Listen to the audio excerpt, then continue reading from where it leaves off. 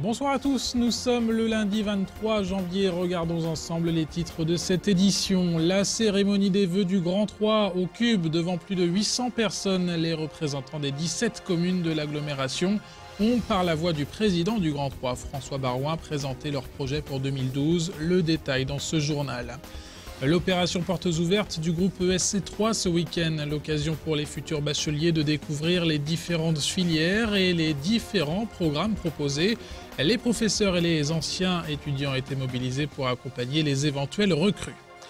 Et puis le salon beauté bien-être ce week-end au parc des expositions de Troyes. 70 exposants ont présenté les techniques à la mode en matière d'onglerie, de maquillage, de soins du visage ou du corps. Vous verrez que la beauté participe aujourd'hui pleinement au bien-être. Plus de 800 personnes donc au Cube jeudi dernier pour la cérémonie des vœux du Grand 3. Les élus des 17 communes de l'agglomération troyenne se sont retrouvés pour présenter leurs projets pour 2012. Des projets en commun qui s'axeront surtout sur l'emploi, l'économie, le social et l'enseignement supérieur. Le détail des projets phares de l'année à venir avec Cyril Tavernet. C'est au Cube que 850 personnes ont écouté le discours du président du Grand 3, François Barouin. Un discours évoquant les grands axes de développement tels l'accompagnement aux entreprises, l'enseignement supérieur ou bien encore l'emploi. L'emploi qui, selon François Barouin, est une priorité. On traverse en Europe une crise financière, d'abord et avant tout, mais qui crée un climat d'interrogation, parfois de défiance et qui ralentit les projets d'investissement et qui peut trouver en effet un impact sur le plan économique. Donc on est très attentif à la situation des entreprises qui peuvent traverser des périodes difficiles. Il y a beaucoup d'outils à la disposition de ces entreprises du côté de l'État.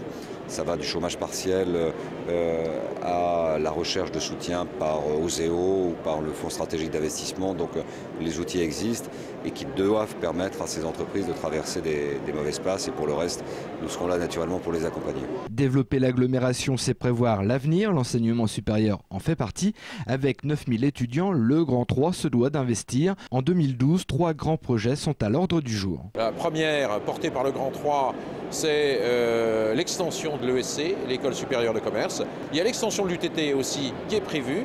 Et puis la construction du nouveau bâtiment de l'EPF, l'École polytechnique française, une grande école d'ingénieurs. Autre axe de développement, l'économie et le social. Dans son discours, François Barouin soulignait l'importance du futur centre commercial de la Chapelle-Saint-Luc et de la requalification de cette commune.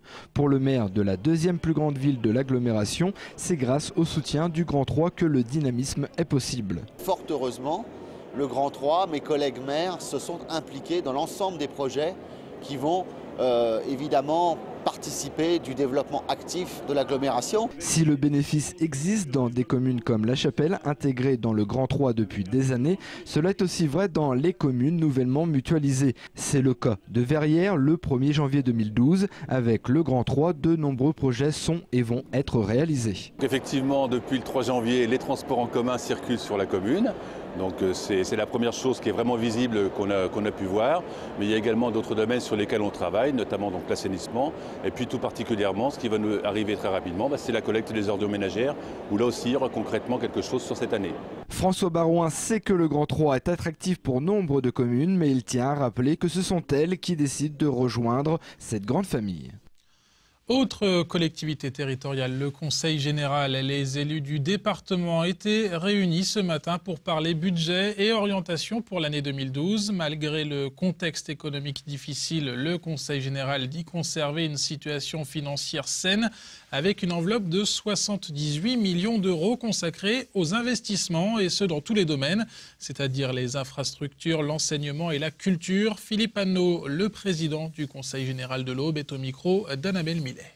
Nous allons être responsables de la surélévation des ponts qui franchissent la future ligne électrifiée et donc on commencera à financer des études sur le sujet puisque vous le savez, nous avons prévu d'affecter 17 millions d'euros à cette électrification de la ligne et puis nous allons réaliser un certain nombre d'autres chantiers. Par exemple, nous allons préparer le lieu où on va avoir l'exposition du vitrail et donc c'est comme ça beaucoup d'investissements. Le Conseil général ne se désengage de rien, il accentue au contraire son action. Je l'ai rappelé, nous avons fait le nécessaire pour être solide, et pour pouvoir construire notre politique. Et nous allons bien sûr poursuivre. Simplement, nous ne répondons pas oui à toutes les sollicitations. Nous ne faisons pas évoluer toutes les dépenses comme tout le monde voudrait nous le demander, tout simplement parce qu'il faut être raisonnable dans la période actuelle et que déjà maintenir au niveau de solidarité que nous avons, c'est déjà un exploit. Et je pense que prétendre faire beaucoup plus serait illusoire et pas efficace. Un livre sur le ministre maire de Troyes. La journaliste du Figaro, Anne Fulda, était en dédicace samedi à la Maison de la Presse à Troyes. Elle présentait son bouquin François Baroin, Le faux discret, le premier ouvrage consacré à l'homme politique au bois, le fruit d'une série d'entretiens.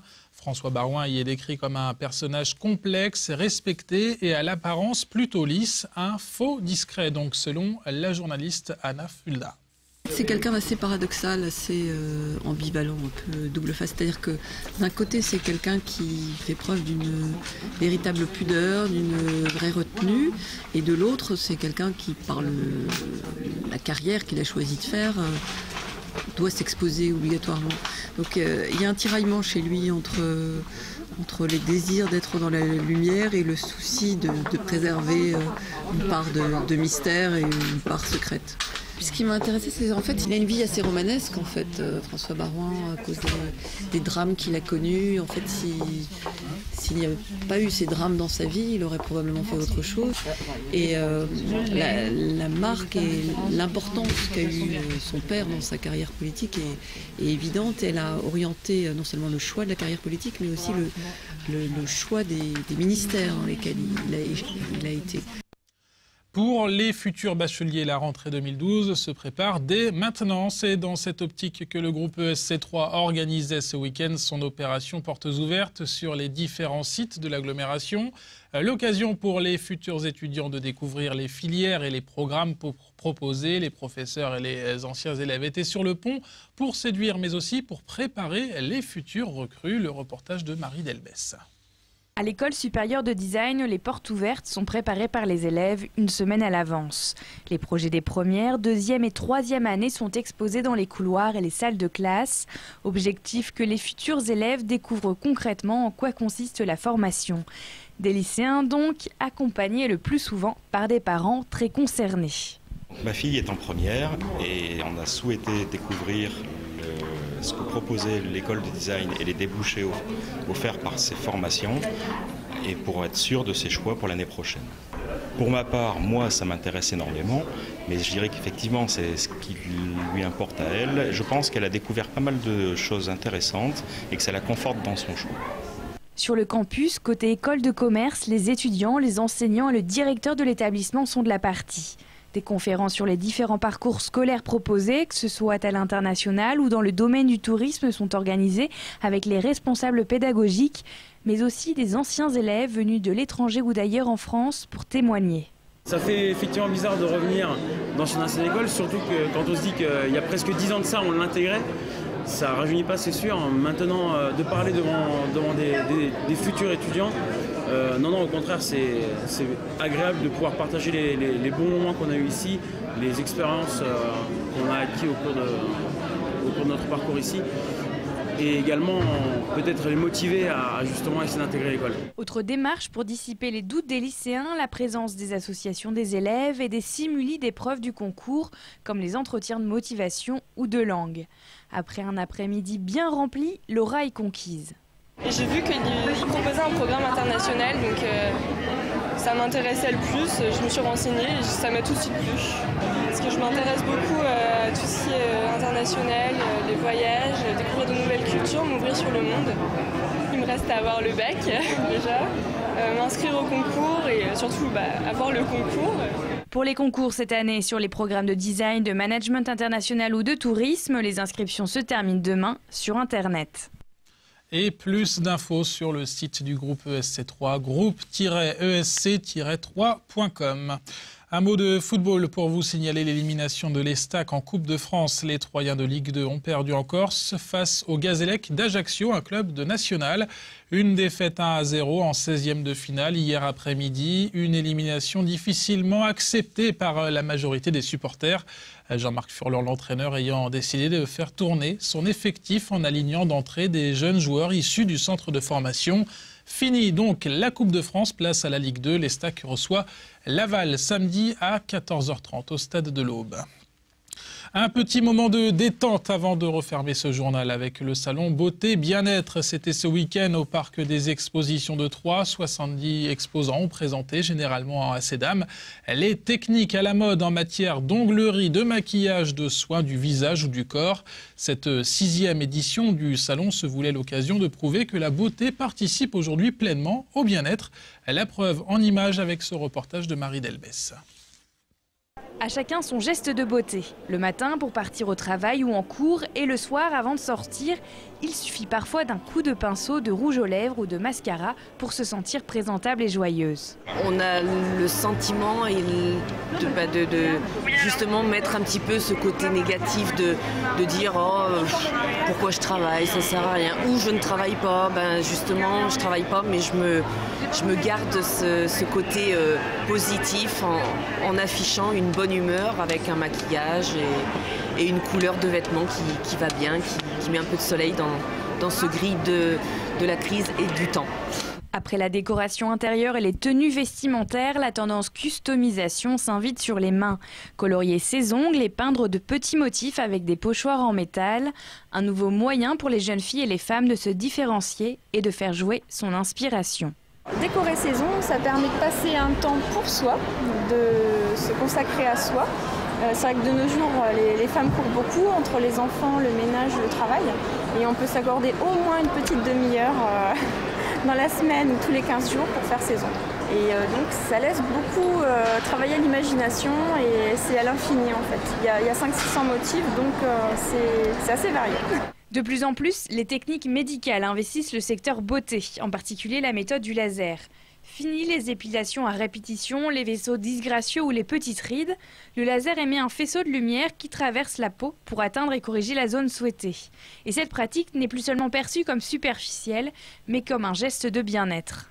Les poils disgracieux dans le cou, dans le dos, sur le torse, voire même dans les aisselles. Il y a des gens qui font des fixations sur ce genre de choses. Et quand on leur a retiré ces poils disgracieux sur lesquels ils étaient fixés, ça leur retire un poids. L'image de soi est très importante pour la confiance qu'on a en soi. Quand on s'aime, on arrive à aimer les autres plus facilement et les relations sont meilleures. Et je crois que quand on est bien dans sa peau, c'est parce qu'on se sent bien et parce qu'on se sent beau, ça marche mieux. Un argument qui permet aussi d'expliquer la bonne santé du secteur beauté. En 2010, les ventes de parfums et cosmétiques ont progressé de 3%, avec sur le podium les soins anti-rides et le maquillage. Voilà, c'est sur ces conseils beauté que nous refermons cette édition. Merci de votre attention. Tout de suite, la météo de Cécile Riche. Demain, ce sera Mathieu Mercier à la présentation de votre JT. Très belle soirée. À très bientôt sur Canal 32.